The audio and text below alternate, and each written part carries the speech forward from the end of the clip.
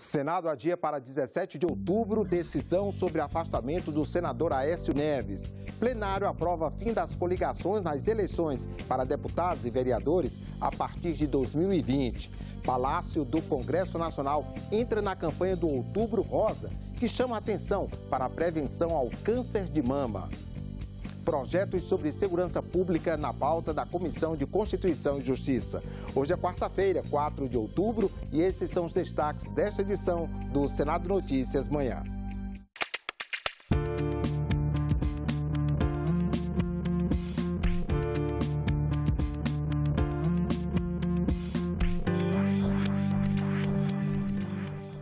Olá, bom dia. O Senado transferiu para 17 de outubro a decisão sobre o afastamento do senador Aécio Neves. Na próxima quarta-feira, os ministros do STF vão analisar a decisão da primeira turma, que afastou o senador do mandato e impôs recolhimento domiciliar noturno. A movimentação começou no fim de semana. Eu me antecipei durante todo o final de semana.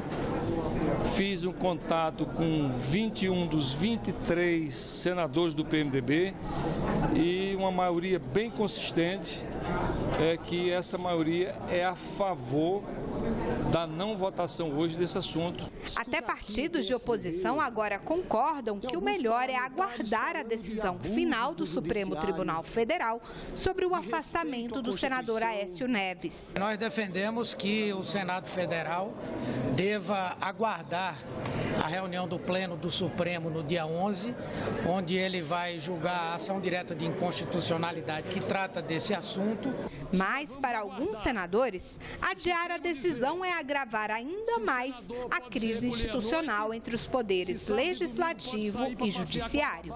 Eu estou aqui para chamar a atenção e pedir de cada um a atenção necessária para o que está inscrito na Constituição da República Federativa do Brasil, que eu e vossas excelências juramos cumprir. Não é possível que nesta casa ninguém mais queira cumprir o que diz a Constituição da República. Na forma do regimento, senhor presidente, nós não podemos adiar nem retirar a urgência, nem o plenário do Senado pode fazer isso. E transferir novamente essa votação significa, lamentavelmente, em outras palavras, dissolver o Senado Federal. Na semana passada, os senadores chegaram a aprovar urgência para votar o quanto antes a matéria e cobraram que a votação fosse mantida. Nós, senhor presidente, vamos aguardar que no dia 11 o Supremo diga se nós somos poder ou não neste país. Não. O Supremo é poder, mas nós somos poder também. Devemos atenção e respeito ao Supremo, mas acima do Supremo, senhor presidente, nós devemos respeito à Constituição da República. Algumas semanas atrás, o Conselho de Ética foi convocado para decidir sobre esta questão, para decidir que punição daria ao senador, e foi a maioria daquele Conselho de Ética quem disse, alto e bom som, que não ia decidir, que ia arquivar o processo, porque cabia ao Supremo Tribunal deliberar. E agora aqueles mesmos que lá votaram, vêm aqui desta tribuna, ou de fora da tribuna, para dizer que o Supremo invadiu a sua competência. Só que a votação acabou mesmo adiada. A maioria dos senadores decidiu aguardar o resultado do julgamento do STF. A sessão está marcada para a próxima quarta-feira. E ontem à noite, o ministro do Supremo Tribunal Federal, Edson Fachin, rejeitou o mandado de segurança do senador Aécio Neves contra a decisão da primeira turma do tribunal que o afastou do mandato. Para o ministro, não cabe mandado de segurança contra a decisão da turma. Após a decisão dos senadores, o presidente Eunício Oliveira afirmou a certeza de que tudo foi resultado do consenso entre o Senado e o Poder Judiciário. Estou rouco de tanto dialogar com as pessoas, mas estou feliz porque, através do diálogo, nós construímos aqui a oportunidade, inclusive, da Suprema Corte, pelo seu pleno, rever uma posição que que era uma posição de divergência interna em uma das suas turmas. Então, o plenário pode reverter essa posição, mas não fulanizando, não sendo para A ou não sendo para B, mas para a preservação daquilo que é mais importante na democracia, que é a obediência à Constituição brasileira. E o plenário também aprovou nesta quarta-feira mais uma proposta da chamada reforma política. A partir da eleição do ano que vem, os partidos já devem cumprir novas regras. Para ter direito ao dinheiro do fundo partidário e a tempo de propaganda, os partidos vão ter que garantir um desempenho melhor nas urnas. São duas alternativas. Ou o partido obtém uma votação mínima, ou ele precisa eleger um número mínimo de deputados federais. A proposta aprovada pelos senadores prevê uma transição que vai da eleição de 2018 até o ano de 2030. Para o ano que vem, a primeira opção dos partidos é conseguir pelo menos 1,5% dos votos válidos em 9 estados. Já a segunda opção é eleger pelo menos 9 deputados federais de 9 estados. Só que esses números vão aumentando ao longo do tempo. A partir de 2031, serão pelo menos 3% dos votos válidos em 9 estados ou uma bancada mínima de 15 deputados federais, também de 9 estados. Também ficam proibidas as coligações partidárias para eleições de deputados e vereadores a partir de 2020. É importante, sim, que não tenhamos essas coligações que distorcem ainda mais o sistema, porque o eleitor é dono do voto dele até o momento que ele põe o voto na urna. A partir daí pode acontecer qualquer coisa com o voto dele, inclusive esse voto ir para alguém que ele não gostaria que fosse de jeito nenhum. Sou totalmente favorável a cláusula de barreira e sinto muito, já não está valendo para 2018 o fim das coligações proporcionais para que um presidente da República eleito pelo voto do povo em 2018 possa governar esse país, porque como está, é quase que impossível governar o Brasil com essa parafernália de tantos partidos na Câmara dos Deputados. Projetos relacionados à segurança pública terão prioridade na pauta da Comissão de Constituição e Justiça desta quarta-feira. Nós temos na pauta de votação de hoje cerca de 43 projetos, porém 5 deles dizem respeito à questão de segurança em nosso país. O primeiro projeto que nós vamos examinar é aquele que aumenta a pena para os criminosos que se valem de crianças ou adolescentes para o cometimento de seus atos de delinquência. Um outro projeto também fundamental importância diz respeito à prática de roubo com a utilização de arma de fogo. Ora, o sujeito já intimida o outro ao roubar, usando uma arma, um revólver ou mesmo uma arma branca. Para este também está se aumentando a pena, a fim de que possa inibir essa prática de delito em nosso país. Vamos conhecer agora a previsão para as comissões do Senado para amanhã desta quarta-feira.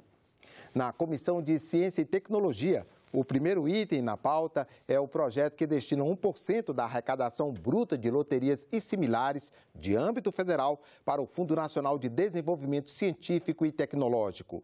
A CPI mista que investiga irregularidades nas operações da JBS com o BNDES toma o depoimento do advogado Willer Tomás de Souza e vota requerimentos de convocação de depoentes. Na Comissão de Assuntos Sociais, um dos projetos na pauta é o que regulamenta a profissão de condutor de ambulância.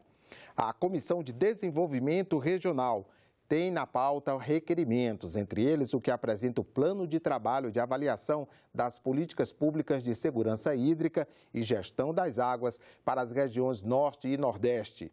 A audiência pública conjunta das Comissões de Desenvolvimento Regional e de Meio Ambiente debate a revitalização da bacia hidrográfica do Rio Parnaíba, aquele que faz a divisa entre os estados do Maranhão e do Piauí.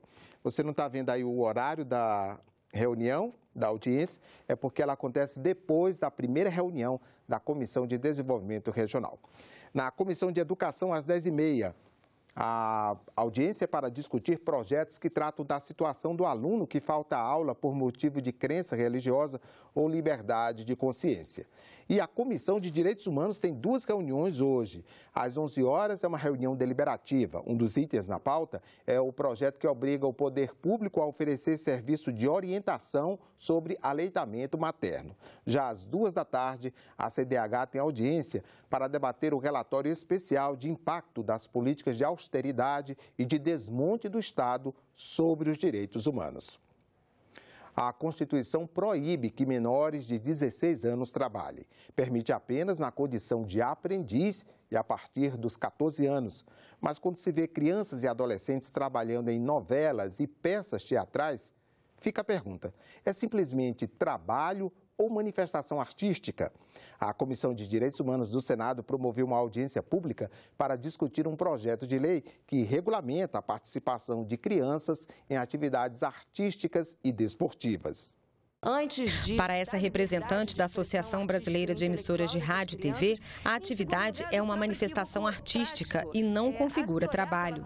Essa é uma manifestação, uma emanação, antes disso, da liberdade de expressão artística e intelectual dessas crianças. É uma atividade, é uma expressão artística que não se confunde com as situações exploratórias de trabalho infantil, que são outras situações. Trabalho artístico, trabalho doméstico, trabalho familiar, todo e qualquer trabalho está nessa interlocução utilizada pela Constituição Federal.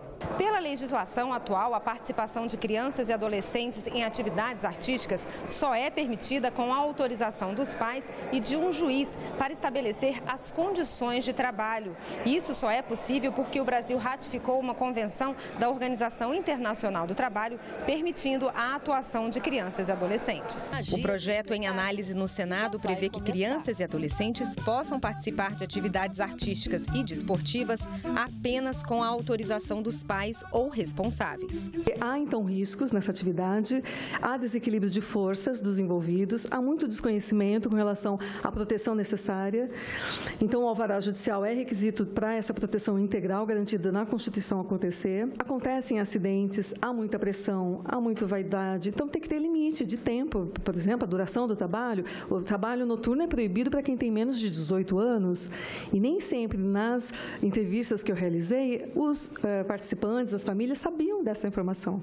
O representante do Ministério Público do Trabalho destacou alguns pontos que devem ser observados para que seja permitida a participação de crianças e adolescentes em atividades artísticas, como a compatibilidade com o horário escolar, a observação do desempenho na escola, a presença dos pais durante a prestação de serviço e um depósito do percentual do salário dessa criança numa poupança. Para que verifiquemos como é importante que aquele trabalho para com a criança foi autorizado não traga nenhum tipo de risco à sua proteção, ao seu desenvolvimento biopsicossocial. A família não tem condição econômica nem poder de fazer frente ao poderio da indústria cinematográfica, televisiva, e midiática e publicitária.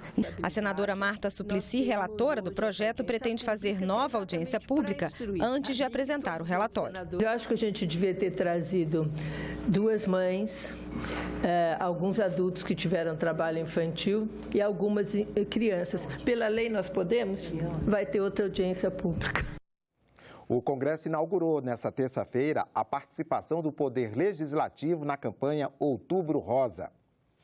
Prédios públicos ganham iluminação rosa durante todo o mês para lembrar da importância da prevenção ao câncer de mama. Segundo o Ministério da Saúde, o câncer de mama é o que mais afeta as mulheres no Brasil e no mundo, respondendo por cerca de 25% dos casos novos por ano.